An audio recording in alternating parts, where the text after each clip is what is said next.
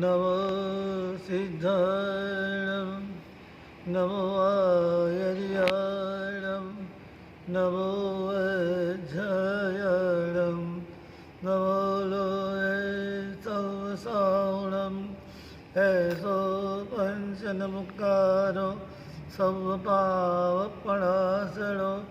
मङ्गलानं च सर्वेसिं परमं हवै मङ्गलम् अज्ञानतिमिरान्धकाराः ज्ञानाञ्जनशलाकया नेत्रमुन्मीलितं येन तस्मै श्रीगुरवे नमः।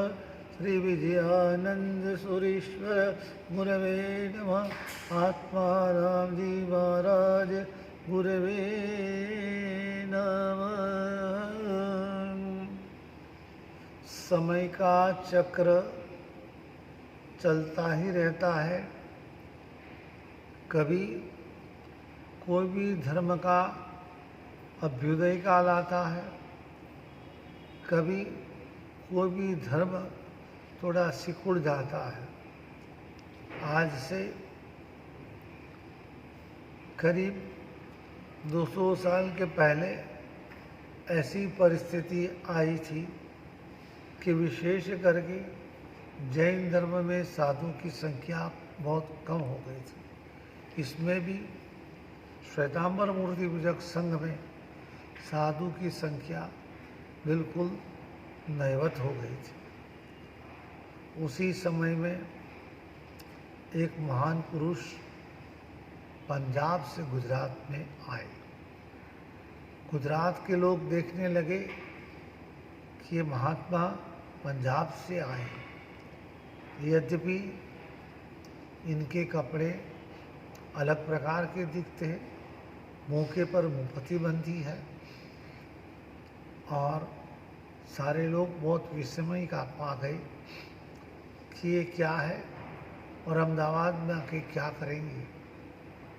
लेकिन जब इन्होंने पूछा कि बुटेराय जी महाराज नाम के साधु यहाँ कहाँ आए, तो लोगों ने पूछना चाहा कि आपको इनका क्या काम है। तो बड़ी नम्रता से वो महापुरुष जिनका नाम आत्माराम जी था, इन्होंने कहा मैं ये मेरे शिष्यों को लेकर इनका शिष्य बनने आया हूँ। लोगों को ताजुब हो गई, ये तो बहुत बड़े त्यागी है और इतने सारे लोगों को 18 जन लेकर को ये यहाँ आए हैं। लोगों को आश्चर्य हो गए, बड़े प्रेम से ले गए। बुटेराय जी महाराज भी बड़े अवधूत थे, लेकिन जैसे मुपत्ती वाले आत्माराम जी महाराज को देखे तो इनसे रहा नहीं गया, एकदम खड़े हो गए। तो आज लोगों को आश्चर्य हुआ कि अरे इतने बड़े संत इन लोगों को इतना मान दे रहे हैं।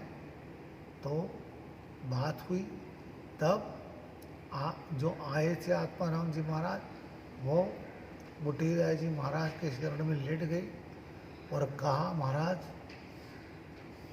हम तो आपके शिष्य बनने आए। महाराज की आंख में हर्ष के अश्रु आ गए।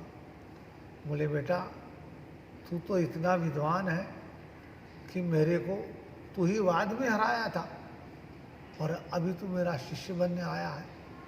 वो बोले वाद में हराने का जितने का मुंह से होता है, दिल से नहीं होता है। हम हारे थे तो मुंह से, दलीलों से, जबान से हारे थे, लेकिन आपकी सच्ची बात थी वो हमारा दिल जान गया है। और जब आपकी बात सच्ची है तो दलीलों से जुटलाने में कोई महत्व नहीं है।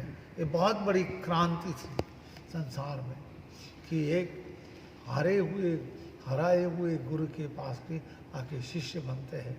इनका नाम था। फिर इनको स्थानकवासी से मूर्ति पूजक दीक्षा देनी पड़ी। इनका नाम विजयानंद सूरी रखने में आया, लेकिन इतने प्रकांड विद्वान हो गए थे कि दुनिया भर में इनके नाम की बोलबाला थी।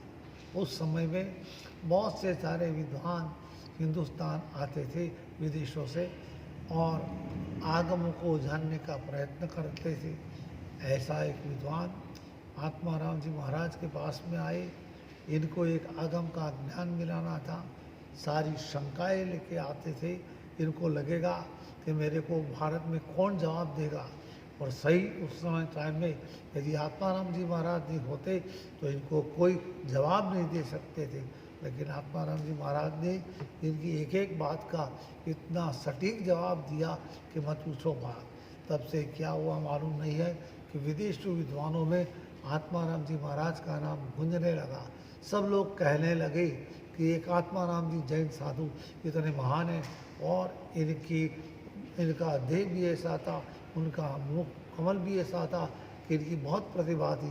जो भी आते थे प्रतिभा से बड़े मुग्ध हो जाते थे।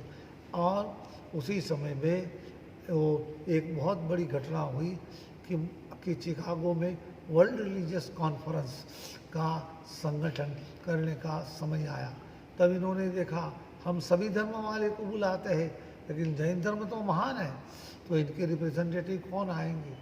तो इन लोगों ने अमेरिका से इन्विटेशन भेजा यहाँ और कहा कि भाई तुम्हारे साधु जो आत्माराम जी महाराज है इनको हम इन्वाइट करते हैं। तो श्रावक आत्माराम जी महाराज के पास में चिट्ठी लेके आए और पुराना समाता था, साहब आपको तो अमेरिका जाना है, वो इतने बड़े लोग आपको बुलाते हैं। उन्होंने कहा भैया क्या काम है। तो मालूम पड़ा कि वहाँ धार्मिक कॉन्फ्रेंस है। इन्होंने कहा कि धर्म का समझाना हमारी फर्ज है, लेकिन आजकल के हमारी जो परंपरा आई है आज तक की, वो आज तक की परंपरा में हम कभी स्टीमरों में और वहाँ जहाज़ों में, हवाई जहाज़ों में गए नहीं है। इसीलिए आपकी बात मैं पूरी करूँगा और मैं स्वयं नहीं आऊँगा। तो उसी समय में एक बहुत बड़े बैरिस्टर थे जो आत्माराम जी महाराज के अनन्य उपासक थे, वीरचंद राघव जी गांधी, बारेट लो उस ज़माने के, इनको वहाँ भेज दिया। और वो भी गए तो विवेकानंद के साथ में गए, मजमूदार के साथ में गए, और वहाँ जाके इन्होंने भारतीय परंपरा और जैन धर्म के पर जितने जितने प्रवचन दिए हैं वो प्रवचन आज विश्व भर में मशहूर हो गए हैं। आप लोगों को भी चाहिए कि आप आत्माराम जी महाराज की सारी किताबें पढ़े, इनका जीवन चरित्र पढ़े। ये अंधकार युग में से मूर्ति पूजक संप्रदाय को प्रकाश युग में लाने की यदि किसी ने पहल की है तो आत्माराम जी महाराज ने की है। इन्हों को साथ में दो कर्तव्य था कि पंजाब में जो गलत फहमी हो गई थी जैन धर्म के बारे में कि भगवान नहीं माना, मूर्ति नहीं मानना, वो सबको उन्होंने दूर किया। और कम से कम गुजरात और पंजाब इनमें उनका विहार उस ज़माने में हुआ, बहुत तकलीफ़ के ज़माने में हुआ। तो 3 बार वो पंजाब से गुजरात आए, गुजरात से पंजाब आए। आखिर में उनका पूरा जीवन महान है और उन्होंने महान जीवन में कार्य किए।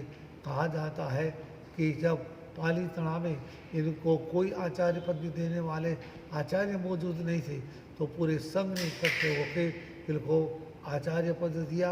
और आचार्य पद प्रदान करने के उस समय में जब गाड़ी का साधन भी नहीं था, उसी सब लोग बेल से आते थे, ऐसे टांगे से आते थे। उस ज़माने में 35,000 आदमी तो उनके आचार्य पदवी के स्थल के पर थे और 1,00,000 करीब लोग वहाँ आए थे। इनका कहने का मतलब है कि आत्माराम जी महाराज एक महान आत्मा हो गए। आज हमारी परंपरा ऐसी चली है कि हम आत्माराम जी महाराज के शिष्य है कमलसूरी महाराज के शिष्य है लब्धिसूरी महाराज के शिष्य हमारे गुरु महाराज विक्रम सूरी जी महाराज, और इनके शिष्य हम हैं। ऐसे आज अलग अलग परंपराओं में वो आत्माराम जी महाराज के शिष्याओं की संख्या करीब 7,000 से ज़्यादा है। ऐसे महान आचार्य भगवंत का आज के दिन जेठ सुद 8वीं के दिन आएगा, निर्वाण दिन आएगा। और वो 124 साल पूरा करके 125वें साल में प्रवेश कर रहे। इसी समय में हमें ध्यान रखना है कि हमारे में जितनी ताकत है वो ताकत से हमारे को जैन शासन को विश्व में फैलाना है। बस बहुत इनके बारे में जाने और विजयानंद सूरी महाराज को आज के दिन में स्तुति स्तवन करके, इनको याद करके, इनके नाम का जाप करके अपने जीवन को सफल करें।